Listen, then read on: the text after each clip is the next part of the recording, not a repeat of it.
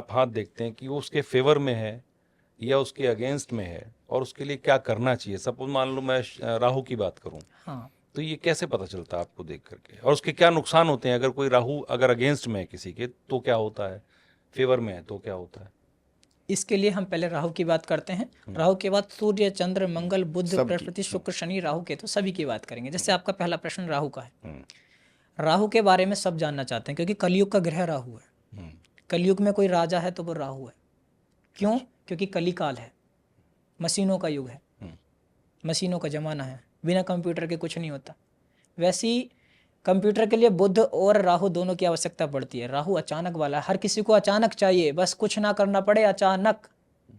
जैसे बीच में खटाखट खटाखट खटाखट वाला एक चला था ना वायरल, वैसे ही हर कोई देख खटाखट आता कुछ नहीं है लेकिन आ भी जाता है, खटाखट आ भी जाता है, एकदम से आ भी जाता है व्यक्ति के पास। चीज़ें कब आती हैं? जब उसका राहु बैलेंस हो।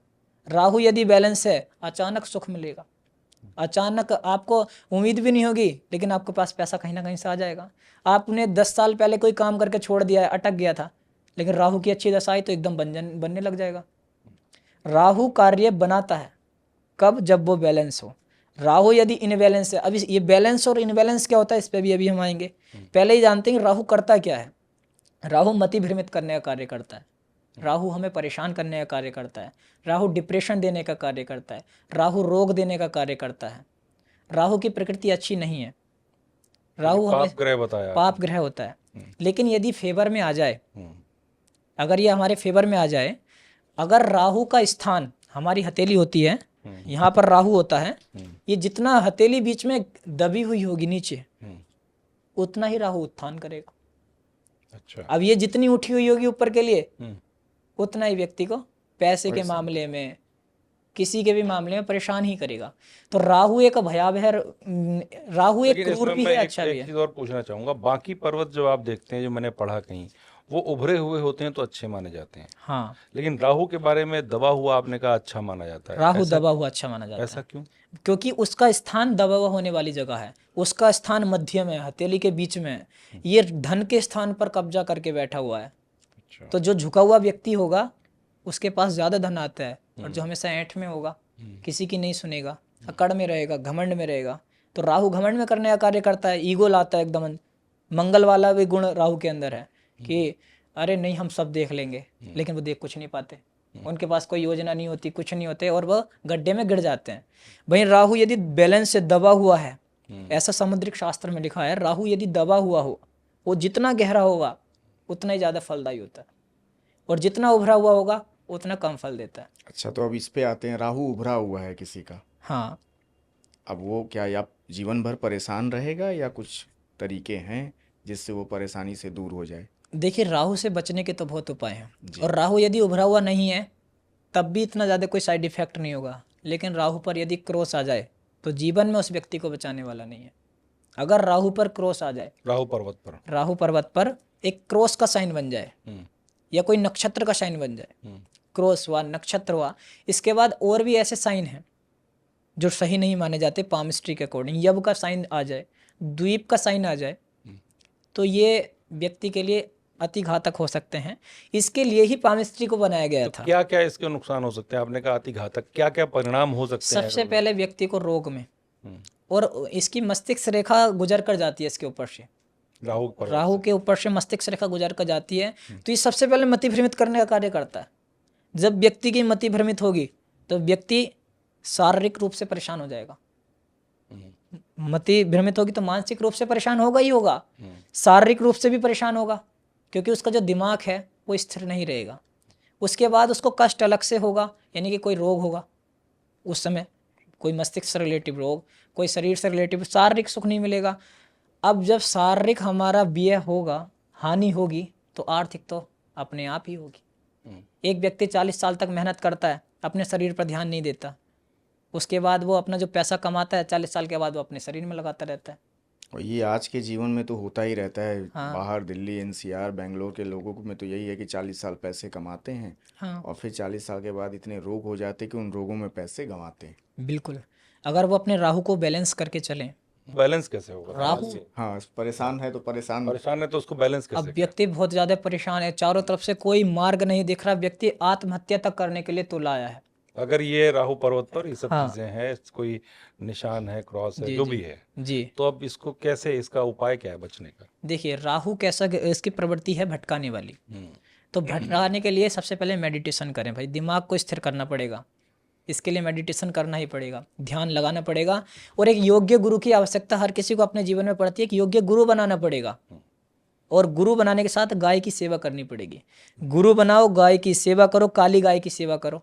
जो काले कलर की गाय हैं, काले रंग की गाय की यदि कोई सेवा सच्चे मन से करता है, उसको शनिवार के दिन चारा दे कर आता है और उड़द की दाल उसको दे के आता है, तो उसका राहु बैलेंस होता है। मछलियों की कोई जितनी ज़्यादा सेवा करेगा, राहु उसका उतना ज़्यादा बैलेंस होगा। और राहु यदि किसी का पकड़ में आ जाए तो वो व्यक्ति दुनिया पर राज करेगा आज के समय पे। अच्छा, ये राहु की अच्छा, राहु की ये मतलब महत्व इतनी ताकत है। इतनी राहु की ताकत है। और अब बात करें राहु के साथ सबसे ज्यादा जो डर लगता है इंसान को दूसरे ग्रह, वो है केतु, जिसका नाम सुन के आदमी परेशान हो जाता है। किसी को परेशान करना है और कोई ज्योतिष या कोई पामिस्ट्री वाला ही कह दे कि आपका राहु केतु खराब है, बस आदमी वहीं उसी से दिन डर शुरू हो तनाव में आ जाता है। जाता है। तो उसका क्या है? इसका रीज़न ये है कि देखिए, अगर आपके खिलाफ कोई अच्छा नेता, कोई प्रसिद्ध सम्मानित व्यक्ति कोई कदम उठाए, तो आपको पता है कि उसके अंदर दयालुता है। वो कभी भी इतना कठोर नहीं हो सकता। जैसे कि आपके पिताजी यदि आपको डांटे तो आपको बुरा नहीं लगेगा, लगेगा तो कुछ समय के लिए लगेगा। कुछ समय के लिए। माता जी डांटे तो ऐसा लगेगा कि कोई बात नहीं। जैसे चंद्रमा हमें परेशान कुछ समय के लिए करे तो बाद में लगता है कि चंद्रमा सौम्य भी है, जैसे अभी प्यार मिलना भी है। लेकिन इनके साथ ऐसा नहीं होता। ये है कि यदि आपको कोई अच्छा राजनेता, कोई सम्मानित व्यक्ति की आपको एक तरीके से डांट ना पड़े और डांट पड़े किसी दबंग व्यक्ति की, तो आप डरेंगे या नहीं डरेंगे? बिल्कुल। आपको कोई दाऊद जैसे बड़े बड़े इधर उधर से धमकी कोई जैसे धमकी आ जाए, मिल रही है, सलमान खान को हाँ, मिल रही धमकी, हाँ, शाहरुख खान को मिल रही है धमकी, तो ऐसी धमकी की बात कर रहे हैं आप? हाँ हाँ हाँ, तो कितनी जल्दी डर जाते हैं ना व्यक्ति, अरे भाई अमुक उसने धमकी दी है। तो ये राहु वही वाली चीज़ है। अच्छा, इसी धमकी की वजह से पंजाब के जितने भी सिंगर हैं वो गार्ड लेके घूमते हैं, क्योंकि उनको धमकियां ही मिलती रहती हैं, उनके पास पैसे बहुत है। सबको मिलती हैं। हाँ, इस ये भी मान सकते हैं। तो ये एक उदाहरण था, लेकिन मेन चीज़ ये है कि देखिए राहु को बैलेंस करना कोई ज़्यादा बड़ी बात नहीं है। आप गौ सेवा कीजिए, सच्चे मन से कीजिए, आप काली गाय की सेवा कीजिए। और गाय, कोई सी भी गाय, क्योंकि गायों के अंदर पूरे 9 ग्रहों का वास है, और इसीलिए सनातन में गाय को इतनी महत्वता दी गई है। अन्य किसी पशु को इतनी महत्वता नहीं दी गई, लेकिन गाय को सबसे ज्यादा माता का दर्जा हमने गाय को दे रखा है। क्यों? तो उसमें काली गाय ही क्यों? कुछ काली गाय क्योंकि राहु का कलर काला है, राहु का गुण काला है, राहु के जी जी जो कार्य हैं वो पाप कर्तरी वाले, पाप वाले कार्य हैं। इसलिए काली गाय को अगर हम चुने, काले कुत्ते को चुने, रोटी दें उसको शनिवार के दिन, तो राहु हमारा बैलेंस हो जाता है। और केतु? केतु भी उसी का भाई है, दोनों। केतु, अगर केतु किसी का खराब है, केतु वो कैसे पता चलता है आपको हथेली में? और जैसे आपने बताया कि राहु है तो बीच में होता है, वो दबा होना चाहिए। एक चीज राहु की रह गई थी, क्योंकि हर किसी के पास जब अवगुण होते हैं तो गुण भी जरूर होते हैं। अच्छा। कोई कितना ही अवगुणी व्यक्ति हो, उसके पास गुण जरूर मिलेगा। राहु का गुण ये है, राहु रिसर्च करवाता है। अच्छा। राहु की दशा में व्यक्ति बहुत बड़ा ज्योतिष आचार्य बन सकता है, बहुत बड़ा कंप्यूटर का विशेषज्ञ बन सकता है। एक आप बोलेंगे इतने बड़े बड़े विशेषज्ञ जो बने हैं, जितने भी वैज्ञानिक हैं, वो सब राहु की दशा में बने हैं। राहु ने ही उनको आगे बढ़ाया, क्योंकि राहु संघर्ष भी है, राहु खोज है, राहु रिसर्च है। किसी को पीएचडी तक राहु करवाता है। जितने भी लोग पीएचडी कर रहे होते हैं कहीं ना कहीं पे राहु से ही प्रभावित होते हैं, क्योंकि राहु की कमांड मस्तिष्क पर है, और जिसकी कमांड मस्तिष्क जिसका स्थिर है वो दुनिया हिला सकता है, वो चेंजिंग कर सकता है। बस उससे बैलेंस करके रख, बस उससे बैलेंस अच्छे गुरु का सानिध्य और गौ सेवा, और साथ में मेडिटेशन डेली। क्योंकि चाणक्य हमेशा मेडिटेशन किया करते थे, और पूरा ब्रह्मांड हिलाने की शक्ति उनके अंदर थी। पूरा एक विश्व गुरु बनाने की भारत को शक्ति उनके अंदर थी, और अखंड भारत का उन्होंने निर्माण किया था। किन्होंने? चाणक्य जी ने। चाणक्य जी मेडिटेशन बहुत ज़्यादा किया करते थे। तो उनके भी राहु ऊपर थे क्या? बिल्कुल, राहु को उनको इफेक्ट है। और केतु के लिए आप बता रहे थे, राहु की बात तो हो। अब राहु के बाद हम केतु पर आते हैं। देखिए राहु पर हमने इतनी चर्चा की, अब केतु के भी कुछ गुण हैं। केतु यदि अच्छा है तो करने वाला कौन है? सब प्रभु। तो वो उसका प्रभु में मन बहुत लगेगा, भगवान में बहुत मन लगेगा। केतु श्रद्धा, भक्ति भाव का प्रतीक है। केतु के लिए हम लेकिन ये ऐसा क्यों? वो तो पाप ग्रह है और उसको हमारे शास्त्रों में, ग्रंथों में राक्षस माना गया। तो ऐसा जिस पे प्रभाव रहता है केतु का, वो धार्मिक की तरफ जाता है, ऐसा कैसे क्यों होता है? धार्मिक के लिए जाता है, ऐसा पहली बात तो शास्त्रों में लिखा है। दूसरा, राहु का प्रभाव होता है ऊपर ऊपर, क्योंकि राहु कौन है? सर है, सर और है। केतु धड़ है, धड़ है। तो वो अलग है। अच्छा। वो मस्तिष्क की रेखा का प्रभाव अब राहु पर नहीं आता, इस पर प्रभाव होता है चंद्रमा का। केतु पर। हाँ, हम्म। अब चंद्रमा सौम्य ग्रह है और मन का कारक है, और मन से टच में है एकदम। आपको हम दिखा देते हैं कि किस तरीके से केतु टच में है। ये केतु है और इसके बगल में पास में ही चंद्रमा है। जी। तो चंद्रमा किससे प्रभावित है? केतु से। केतु से। और केतु में जो गुण आते हैं वो चंद्रमा के गुण इफेक्ट आ जाते हैं। और चंद्रमा के जब इफेक्ट इसके अंदर आने लग जाते हैं तो इसके अंदर सौम्यता भी बढ़ जाती है, भगवान के प्रति लगाव भी बढ़ जाता है, और श्रद्धा और दयालुपन की जो बात आती है वो केतु के अंदर आ जाती है। अच्छा। तो केतु से कुछ रोग, कष्टदायक रोग भी होते हैं, ऐसी बात नहीं है।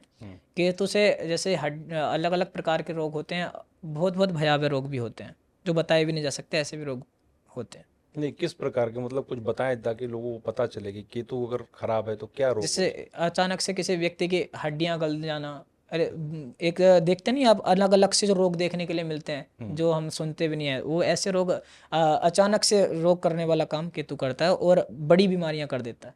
मतलब जिनका ट्रीटमेंट नहीं है, असाध्य रोग। असाध्य रोग केतु कर देता है, लेकिन केतु भक्ति भाव में बहुत लगाता है। आपने देखा हो जब किसी को बीमारी हो, जब किसी को दुख हो, तो बड़े भक्ति भाव में लगता है।